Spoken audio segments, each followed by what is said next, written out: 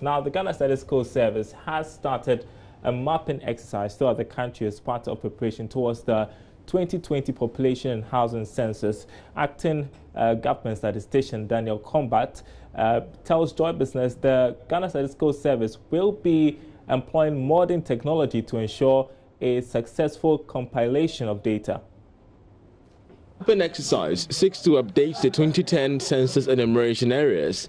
The enumeration area is the smallest spatial unit for one enumerator to work in during the census period and constitutes one of the most essential aids required to achieve a complete enumeration during the census. We are preparing, and we have government has... Acting statistician David Combat said about 80 cartographic staff would be deployed to start updating these enumeration areas in the Upper East, Upper West, Northern regions and subsequently roll over to other parts of the country. We hope to finish the full work by September 2019, and then we would now be working with the office work. Then we have also developed the questionnaire that we intend to use to collect the information. It's in the draft stage. We are consulting with stakeholders to find out whether there are some questions to add on, or some modifications to some of the questions we have already asked, so that we can have it pre-tested and then we pilot it. He added the 2020 census will cover data on the unemployed rate in the country as well. That there are definitional challenges. For us, when we say somebody is unemployed, it is different from what the layman says he is unemployed. Somebody has finished the university with a degree in economics. He wants to work in a bank or where he works with. But what is immediately available is a class to teach.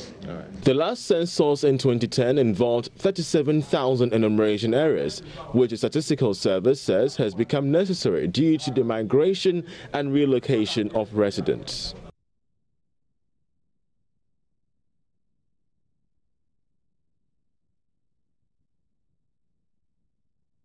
So, acting government statistician David Combat giving us some insight into the 2020 population census and the preparation for it.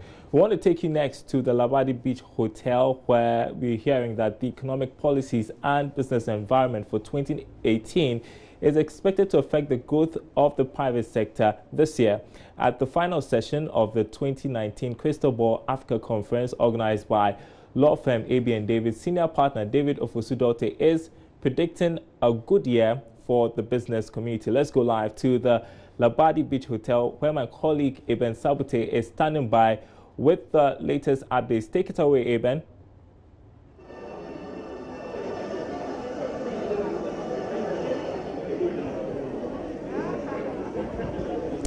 Eben, if you can hear me, what's the latest from where you are? Sound. All right, it doesn't appear that Eben is ready. We'll work of that the Crystal connection. Ball 2019 here from the Labadi Beach Hotel. Very soon, Mr. Ofosu-Dorte will be giving predictions for 2019. We all know that many issues happen in the business front during 2018, and the expectation is that many of those things will enter into 2019, and they are expected to affect business growth. For instance, what is happening between China and the US is expected to affect business growth here in Africa, and also Ghana will be affected in way. Earlier, we had some consultations seminars from experts from PwC and the Ghana Revenue Authority, giving SMEs over here an insight about how to file their income taxes, how to get their tax identification numbers to ensure that they are on the tax route. So after that, we also had another seminar with the Ministry of Trade and Industry and some policy makers on how Ghana can benefit from the African Free Continental Trade. So we had Mr. Nyami Befi from the Bilateral Trade Department giving us some insight about how Ghana can benefit from the free continental trade. He made the fact that Ghana can benefit from the agriculture sector and also the industrial sector. The fact that Ghana wants to host the secretariat, that's the African Continental Free Trade Area Secretariat here in the country, is a good signal that the country can benefit immensely from the agreement. Darryl. All right, Eben Sabute live for us at the Labadi Beach Hotel, where, of course, the Crystal Ball Africa Conference is underway. The great part of it is that towards the end, there are going to be more predictions about what to expect in this new year. We'll keep you posted. Let's move on to other news tonight. The amount of money that government plans to borrow for the first 3 months of the year has witnessed some marginal increase. This is based on the fact that last year's borrowings for the same period, as released by the Finance Ministry, was 1 billion cedis more than the first quarter of this year. But what is accounting for this? There's more in the following report. Government's borrowings for the first 3 months of last year through bonds and treasury bills was 11.1 billion cedis. The bond calendar also showed that 8.9 billion cedis went into rollover of maturities, with the remaining 2.1 billion cedis supporting government's financing needs. Now, if you look at the 2019 bond calendar for first quarter, government is targeting 11.2 billion cedis. 8.7 billion cedis of this amount was to finance debts that are maturing, with 2.1 going to support government's financing needs for January to March. Now, according to the 2019 calendar, government is also planning to issue a 3-year to 15-year bond, which will be done through a book-building approach. It is, however, not clear for now what might influence the slight pickup in the amount it is raising for first quarter and how that would impact on the public debt. Government last year raised about 50 billion cedis through bonds and treasury bills. All right, so the deadline for meeting the capital requirement is gone past us. What next for the banking sector? That's topic for discussion right after this break.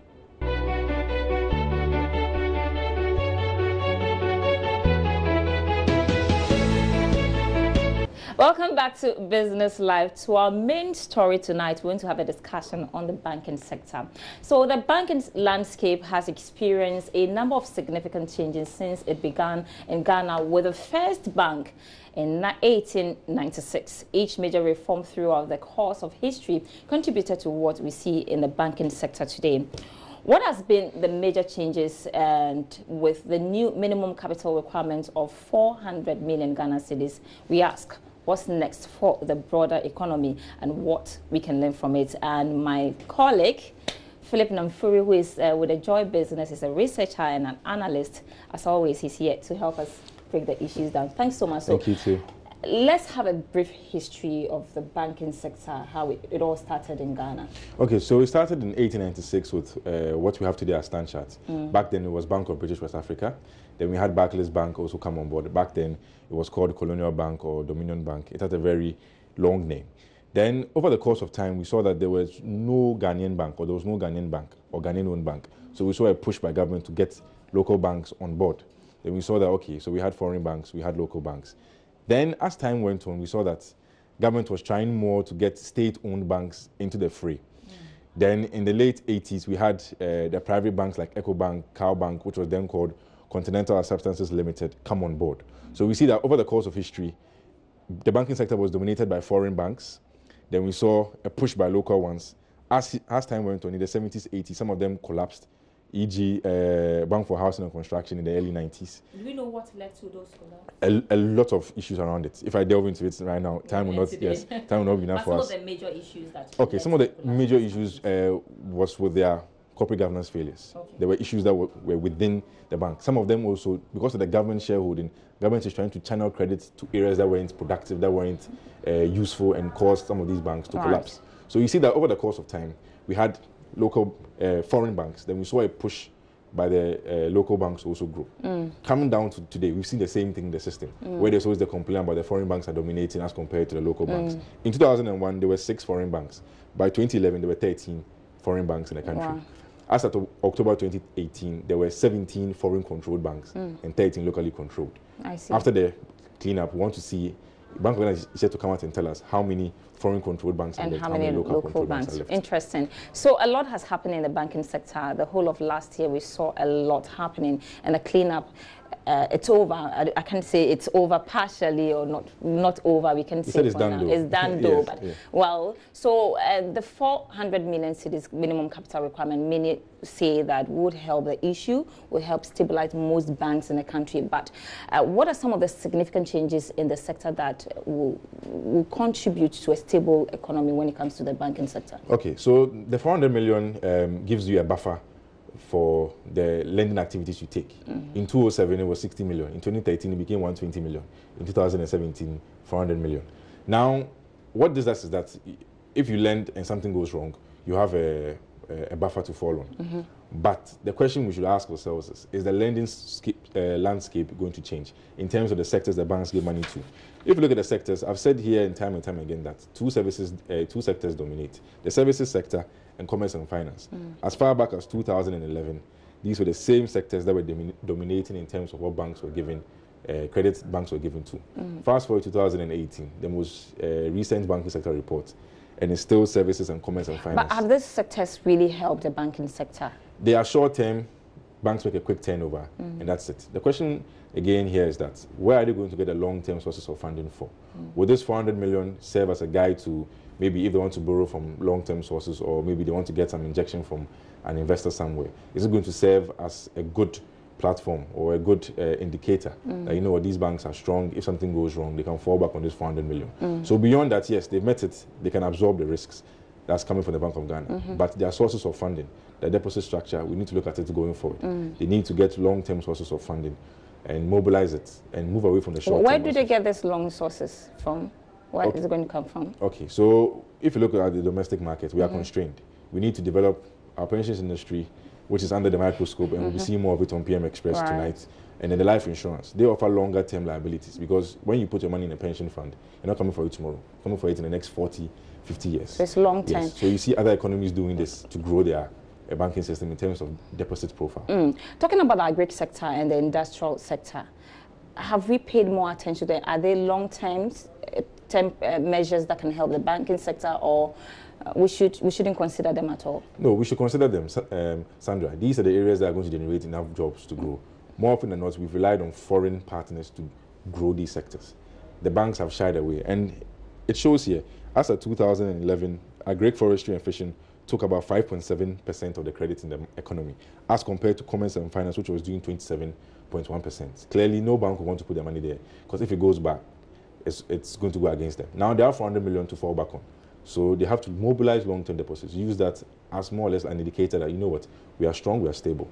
Come and give us long-term sources of funding. And we, as ourselves, on the policy perspective, must develop our long-term sources of funding, the capital market, etc., so that these banks can tap into it to lend to you and I.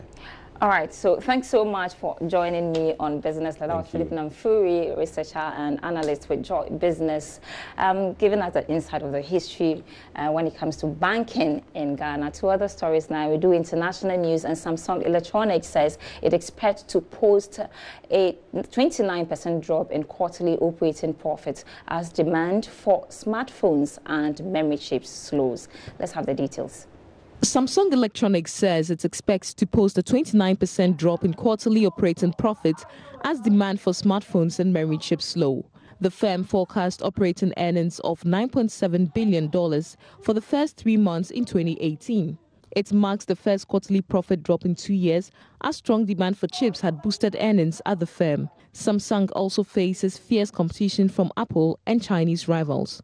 In a statement on Tuesday, the firm cited uninspiring demand and rising competition for its darkening outlook. The South Korean tech giant said in a statement that it expected earnings to remain subdued in the first quarter of 2019 due to difficult conditions for the memory business.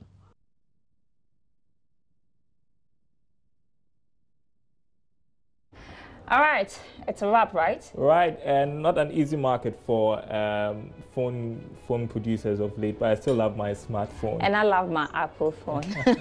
All right, thanks for watching. My name is Daryl Kwao. My name is Sandra, and I'm happy. For more news, do log on to our website, myjoyonline.com/business for all the updates on our business stories. Thanks so much for your time on Business Live.